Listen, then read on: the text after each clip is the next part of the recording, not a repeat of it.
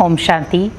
आज हमें हर कर्म सोच समझ कर करने की ज़रूरत है, क्योंकि कहीं ना कहीं आज हम जो कर्म कर रहे हैं वो हमारी सोच से भी परे होता है और हमारे व्यवहार से भी।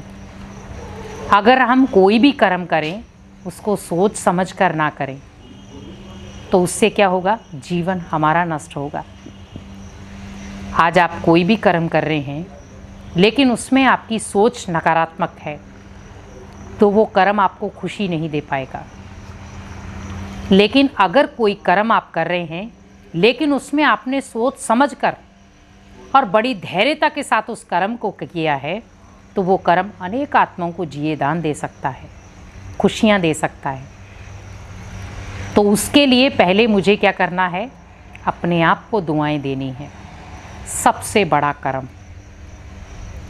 क्योंकि आज हम दूसरों को तो दुआएं दे ही रहे हैं, दूसरों से दुआएं ले भी रहे हैं, लेकिन अगर हम स्वयं को ही स्वयं दुआएं देना शुरू कर दें तो हमारा जीवन बहुत सुंदर बन जाए और हमारा हर कर्म भी बहुत सुंदर हो जाए।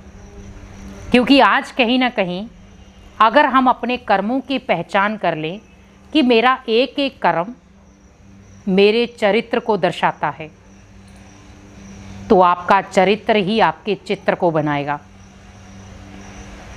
क्योंकि आज आपने देखा होगा, जिनके भी चित्र आपने देखे हैं उनके चरित्र को आपने देखा होगा बहुत सुंदर है। उन्होंने कई चीज़ों में सेक्रीफाइस किया है, बलिदान दिया है, तो जाकर के उनका एक चित्र बना है।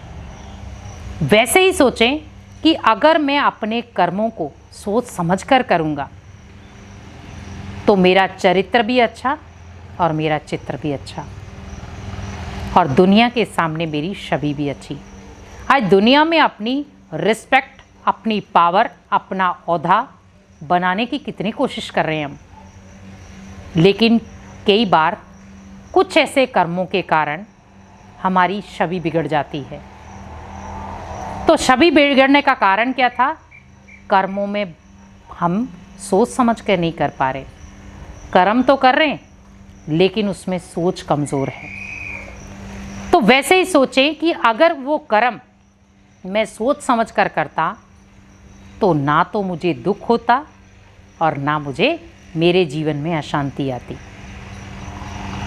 अब वो बस करना आपको ओनली एक कर्म है, अपने आप को दुआएं देना। सुबह उठकर दिन भर में मुझे सभी को दुआएं देनी है, लेकिन सुबह उठकर मुझे स्वयं को दुआएं देनी है कि हे आत्मा, आप बहुत अच्छे हो, आप अपने कर्मों पर फुल अटेंशन रखते हो, आप अपने जीवन में हमेशा आगे बढ़ो और आप हमेशा दूसरों की मदद के लिए अपना हाथ आगे बढ़ाते रहो। तो जब हम स्वयं को स्वयं दुआएं देना शुरू कर देंगे तो दुनिया आपको खुद ब खुद दुआएं देगी। कहते हैं कि जिस व्यक्ति ने अपने कर्मों को सुधारा,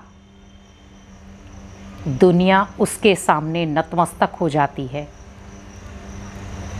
आज आपने देखा होगा, जितने भी गुरु, महात्माएं, देवताओं ने बलिदान दिया है, उन आत्माओं के आगे आपका खुद ब खुद सिर झुक जाता है। आपको कोई बोलता नहीं है आपको सिर झुकाने के लिए, खुद ब खुद झुक जाता है। क्यों झुका? क्योंकि उन्होंने अपने जीवन में श्रेष्ठ कर्म किए, तो आप खुद ब खुद उनके सामने नतमस्तक हो गए। अब कोई बुरा इंसान है जो बहुत उल्टे कर्म कर रहा है, क्या आपका वहाँ पर सिर झुकेगा उसके आगे? कभी भी नहीं। क्यों नहीं झुकेगा? क्योंकि उसके कर्म गलत थे, कर्म नेगेटिव दिशा वाले थे, या कर्म दूसरों को चोट पहुंचाने वाले थे। तो वहाँ पर आपका सिर कभी भी उस व्यक्ति के आगे नहीं झुकेगा। इसीलिए आज आपने देखा होगा कि व्यक्ति क्या क्या कर रहा है। धन कमाने में कितने लोगों को पीड़ा पहुंचा रहा है।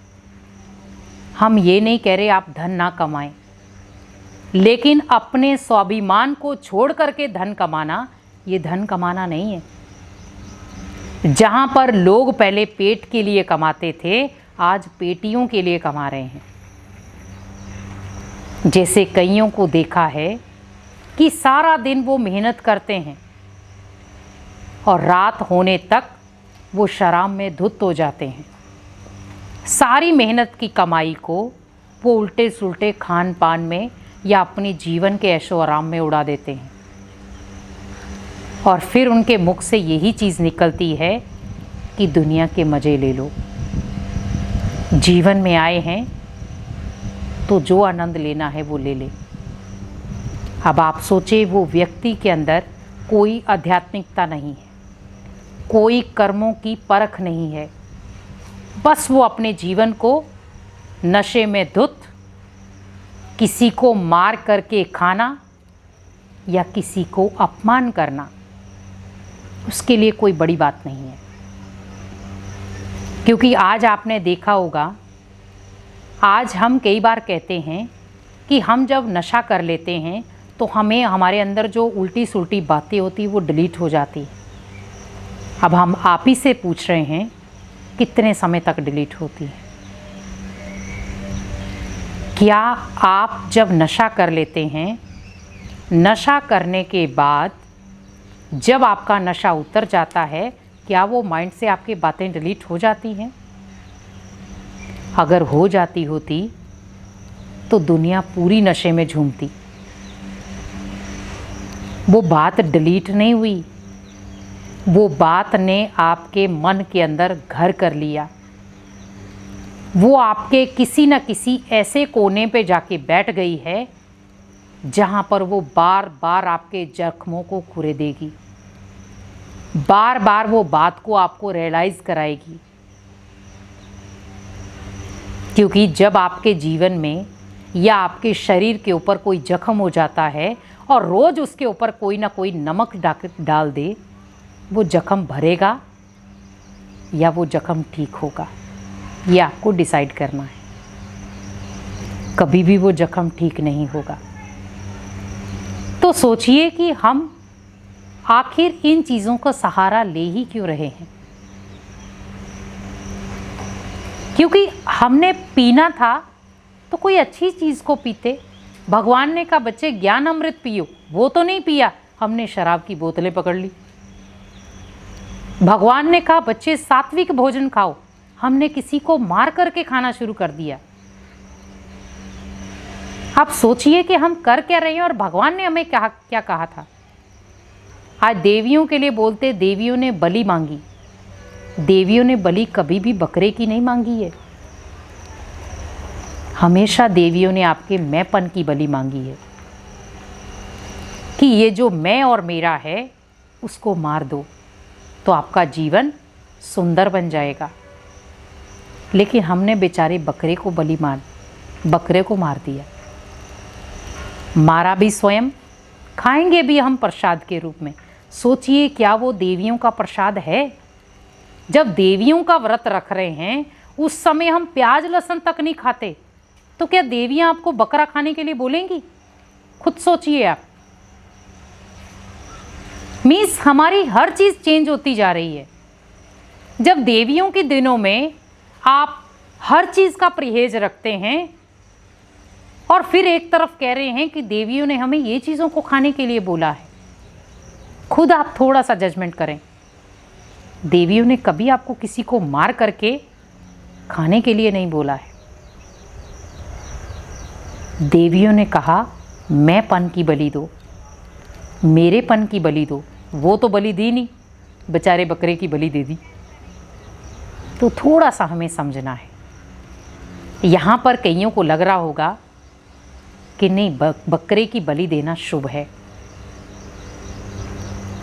तो मैं सभी से एक ही बात बोलूँगी कि अगर यही चीज़ शुभ होती तो दुनिया इन चीज़ों में जानवरों की बलि जो दे रही है वो उसको शुभ मानते, क्योंकि बकरा भी एक जानवर ही है। तो फिर हम जो जानवर खा रहे हैं वो भी शुभ ही होता। लेकिन थोड़ा सा बस ध्यान रखें कि किसी को मार करके खाना ये श्रेष्ठ कर्म नहीं है। ये देवियों को प्रसन्न करने वाला कर्म नहीं है। देवियों को प्रसन्न करना है तो आप अपने अंदर की मैंपन की बलि दो और अपने अंदर की जो मेरा मेरा है उसकी बलि दो, तब जाकर के देवियाँ भी खुश होंगी और आपके कर्मों में भी सजावट आ जाएगी। तो ये चीज़ का विशेष ध्यान रखें, क्योंकि हमें अगर अपने आप को सही दिशा देनी है तो कर्मों को सही तरीके से समझना बहुत ज़रूरी है। ओम शांति।